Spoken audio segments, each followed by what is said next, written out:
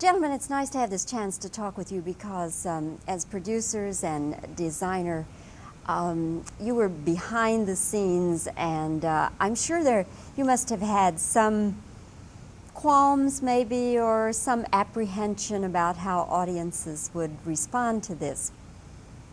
Now, I have to tell you honestly that I think it is one of the most creative films. It is superbly crafted. All of you who had something to do with it, you know, should take many, many bows. But then I have to tell you also that it scared the hell out of me, and I just could hardly watch certain parts of it. Now, starting one by one, when you hear somebody say that and say, I was revulsed by the movie, how do you feel? Do you feel disappointed, or do you feel I've got a problem? I feel guilty. You feel guilty? No, I mean, I had to do this design, and I like to do this design, and I like the story, so I think if you do a monster movie, it can't be strong enough. In the script, was it laid out for you how the monster, and I always say monsters because, Yes. you know, we go through different evolutions. Was it laid out in the script, or was that all your creativity? No. I mean, I worked with Dan O'Banion in the beginning, and he wrote the story, and I'm industrial designer and painter also from Switzerland, and I had to design this beasts in the way he could use it for the film, and it happened in this way. So I'm not completely guilty. You're not totally guilty. Yeah. Not totally completely. Yeah. When you saw the movie put together the first time, were you scared? Did you find any of it shocking? I was very surprised what artificial things sometimes, what if they are moved, how real they are. Yes, I was very surprised. It was a big, it was very good for me to learn and to see what can be done. Were you scared? Scared means I'm afraid. Frightened? Yeah, were you terrified? Me? No. Not by the own thing. I think it takes a lot to terrify. Mr. Caroll, how about you? The first time you saw it, because I understand it was cut quite a little from the version now that we're going to see in the theaters. When they cut it, was it because you felt it was too strong? No.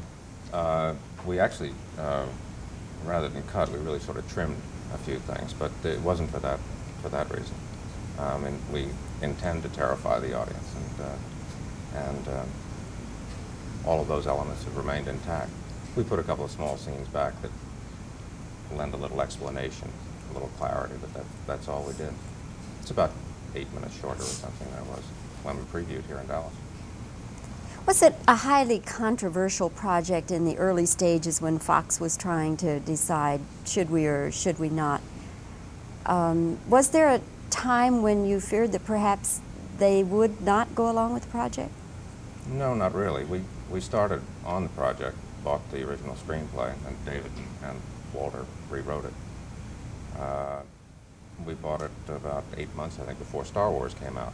And as we were working on it, the buzz started on Star Wars. And of course, when Star Wars came out, just the idea that science fiction had broken through in such a huge way, I think, paved the way for us.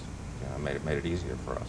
And as a matter of fact, Fox's enthusiasm has escalated all the way, including the budget of the picture. They gave us more money to make it. Now, you took O'Bannon's story and then you developed it to the screenplay, right? Well, yeah. Actually, he'd written the screenplay, and Walter Hill and I rewrote it. Sort of took the idea and then redid it, really.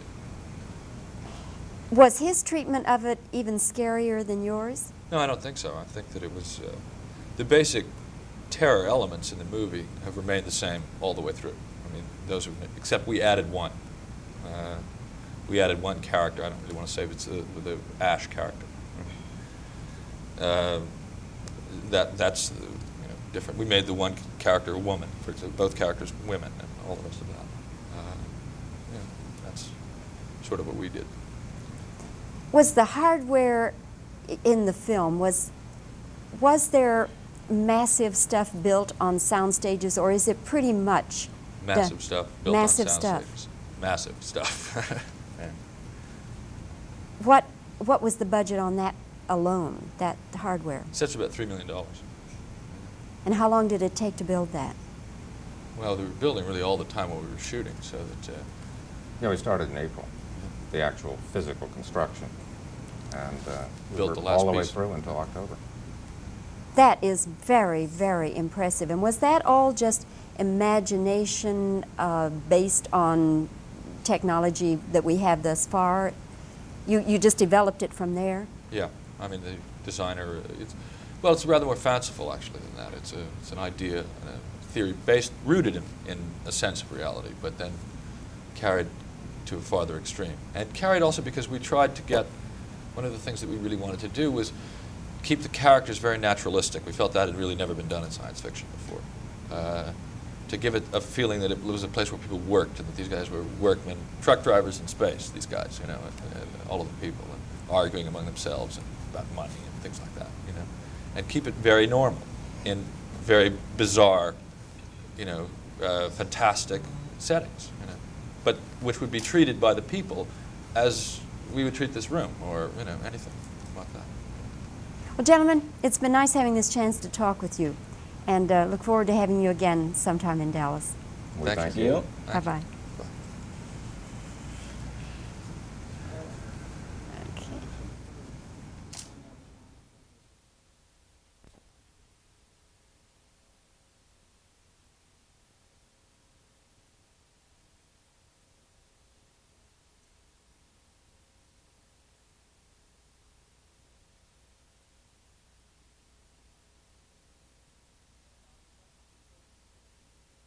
All right, that's fine.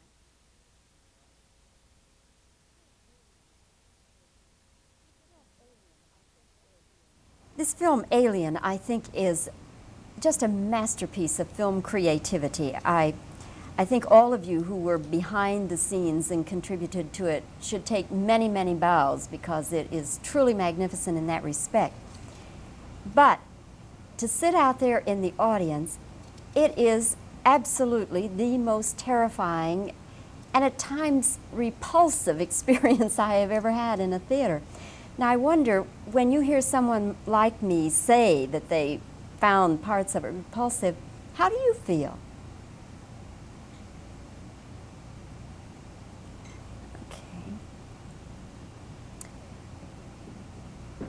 Was there ever a time when this project was being formulated with Fox, was there ever a time when you worried that maybe they wouldn't go along with it, that perhaps they would consider it just too big a gamble?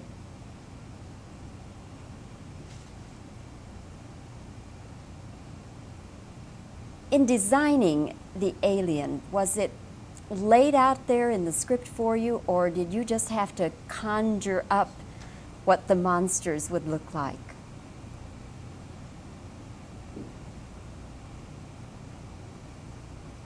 In working on the screenplay, how much of the hardware was based on fact and technology that we know about, and how much of it then just had to be your imagination going wild?